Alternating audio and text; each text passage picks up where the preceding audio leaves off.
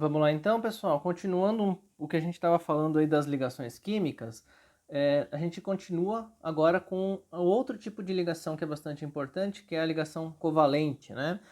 Só dando uma ressaltada, vocês vão perceber que a gente chama de ligação iônica, chama de ligação covalente, mas a característica principal de ambos, né, como a gente vai generalizar aqui, é que elas são majoritariamente iônicas ou majoritariamente covalentes. As duas têm as características de ambas, tá? De covalente e iônica, tanto em uma quanto em outra. Mas a gente não vai chamar as duas de iônica e covalente, porque não é o que acontece exatamente. Então a gente tem uma predominância de uma ou predominância de outra. Mas para entender a predominância, a gente precisa entender como é que cada uma delas se mostra, né? Como é que cada uma delas acontece. Então, a ligação covalente, ela é característica do compartilhamento de elétrons. O que é esse compartilhamento? Na ligação iônica, a gente tinha alguém doando elétrons, alguém recebendo elétrons, porque era vantajoso, existia um abaixamento de energia para isso.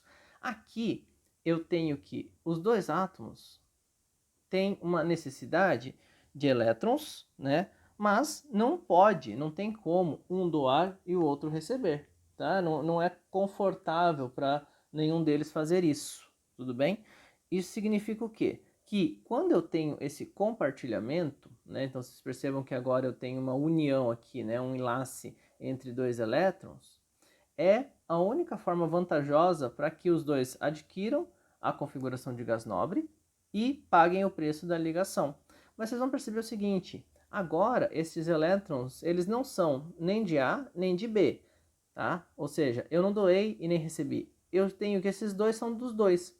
Certamente, eu sei que esta ligação, então, tem uma força menor, né? Porque não é um preço tão alto que foi pago. Eu estou compartilhando, né? É análogo a gente falar num fone de ouvido, né? Estou compartilhando o fone de ouvido, ambos os fones ouvem a mesma música, mas não é nem de um nem de outro exclusivamente, e nenhum dos dois está ouvindo com a melhor qualidade possível, tá?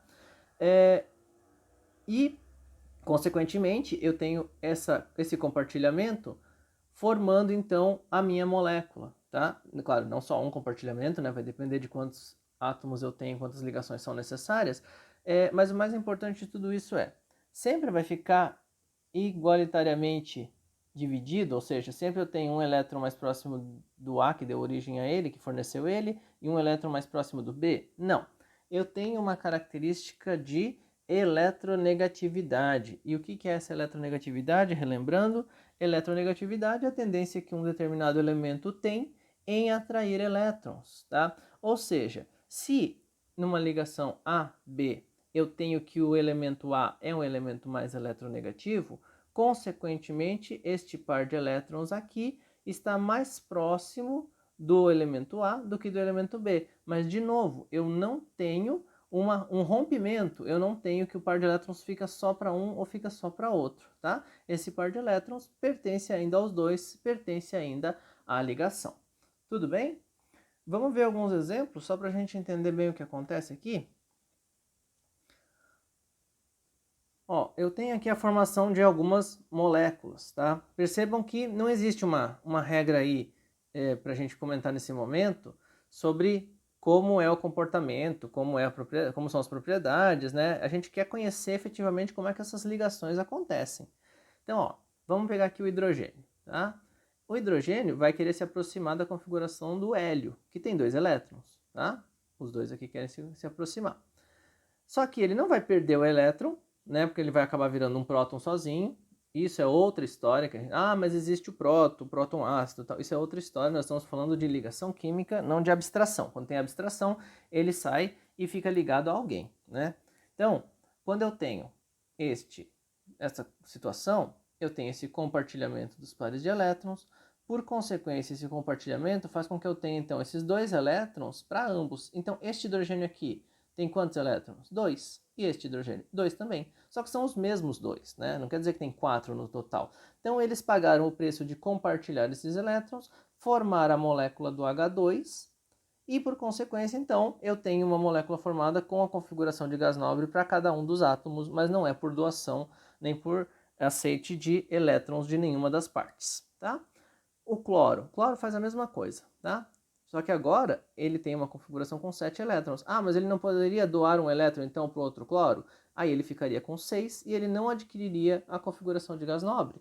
Então quer dizer, não é vantajoso para ele doar este elétron. Ah, para um deles é, mas para o outro não. Então a vantagem que atende os dois átomos é o compartilhamento. Por consequência, nós temos então cloro molecular, que seria a ligação covalente entre cloro e cloro, formando Cl2. Ah, mas só com átomos iguais? Com certeza não. Nós temos aqui uma representação da formação do CO2, que é por duplas ligações. Então vocês vejam que a representação aqui compartilha para cada átomo de oxigênio 2 pares de elétrons, né? Separadamente, obviamente, mas compartilha aqui formando o CO2. Então, cada átomo com a sua necessidade e a melhor combinação é essa, tá? No momento futuro, quando a gente for falar de geometria molecular, a gente vai ver que existem algumas regras que facilitam para a gente poder determinar quem compartilha com quem. Mas é bom a gente conhecer porque às vezes a gente consegue ver e já entender como é que essas ligações estão acontecendo, tá? Para a gente falar um pouco melhor sobre essa questão de ligação, né, e como é que essas ligações acontecem, a gente precisa voltar um pouco lá na teoria atômica para entender o seguinte: o arranjo entre dos átomos, né, é compreendido por basicamente o núcleo e uma grande área onde estão os elétrons. Percebam, não é uma área maciça de elétrons, é uma área onde existe a maior probabilidade de estarem os elétrons. Não é circular, vocês sabem disso, a gente já falou dos orbitais, né? Mas existe aí uma probabilidade bastante grande de encontrá-los. E o que acontece? Eu tenho núcleo, eu tenho elétrons, então eu tenho uma área de carga positiva, uma área de carga negativa. Uma área de carga positiva e negativa para cada um dos átomos. Por consequência, cargas positivas e negativas podem opostamente se atrair, podem igualitariamente se repelir. Consequência de tudo isso é que existe a distância, existem, né, na verdade, porque a gente vai falar de mais átomos, distâncias interatômicas. O que são distâncias interatômicas? A distância onde efetivamente o átomo vai se ligar ao outro. E o que acontece numa distância menor ou numa distância maior? Né? Então, quer dizer, só nessa distância interatômica, mas em algum momento precisa aparecer alguma coisa para que isso seja efetivamente expressado. Então, vamos tentar olhar basicamente o seguinte, ó. Vamos olhar no passo a passo aqui para ver se a coisa fica clara.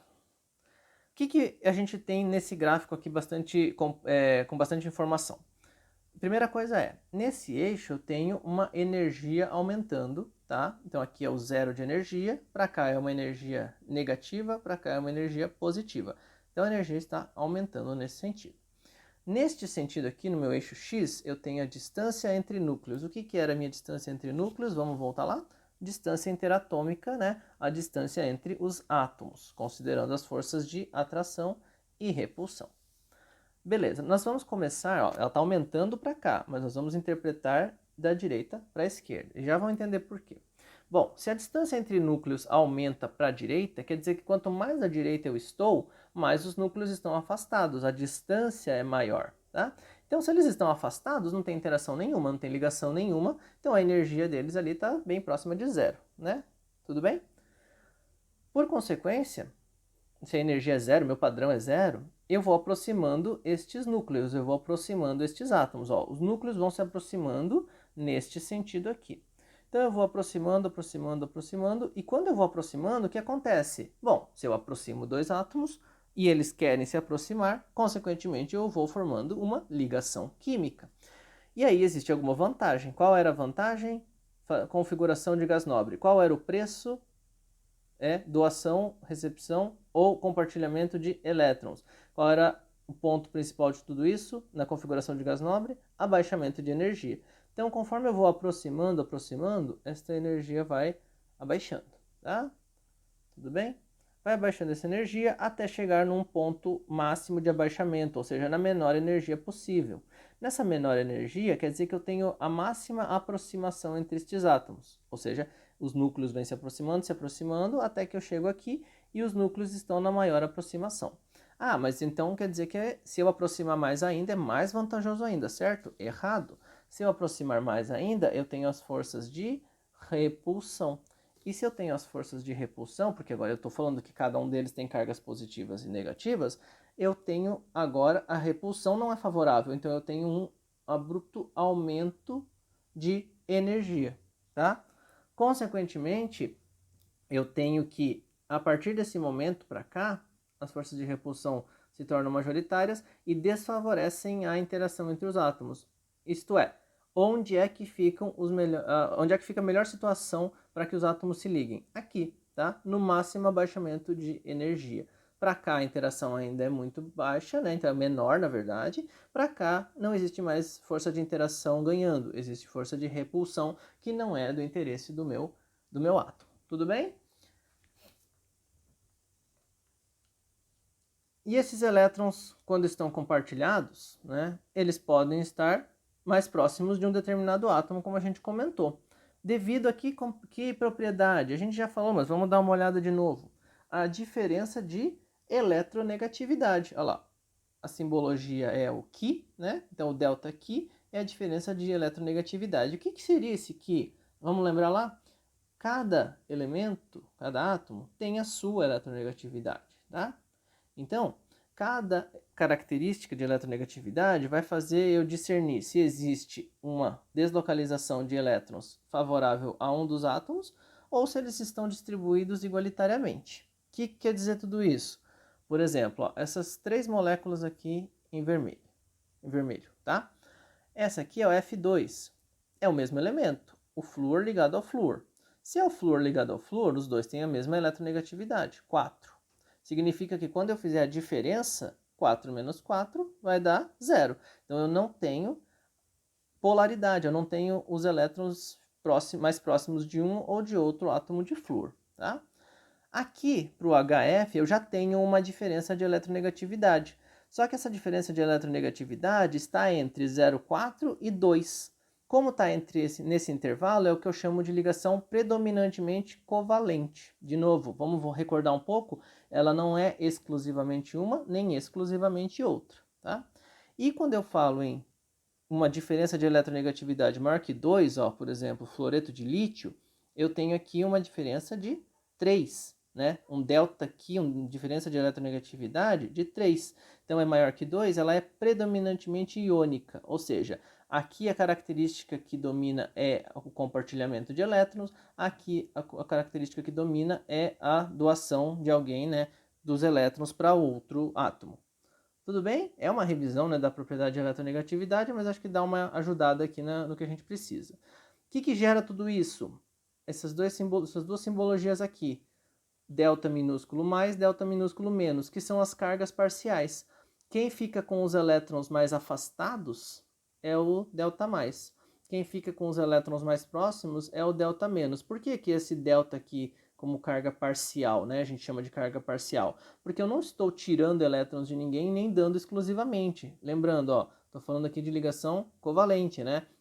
Então, quando eu faço isso, eu tenho que alguém está com os elétrons mais próximos de si, alguém está com os elétrons mais afastados de si, gerando então o que a gente chama de carga parcial. E em outro momento a gente vai estudar, mas só para dar aqui uma ideia, a gente tem um outro tipo de ligações que são as ligações metálicas, né? E todo metal tem a tendência em perder elétrons, né? Por ter a baixa energia de ionização. Por consequência de tudo isso, uma ligação metálica, né? Então um metal, uma barra de metal, como a gente tem uma imagem aí bastante clara, é um conjunto de cátions metálicos envoltos por muitos elétrons, que é o que analogamente a gente chama de mar de elétrons. Quer dizer que esses elétrons estão bastante separados, espalhados, e por consequência a gente tem ali várias propriedades características dos metais, por exemplo, a alta condutibilidade de corrente elétrica, ou de calor e tudo mais. Tudo bem, galera? Qualquer coisa, mandem dúvidas.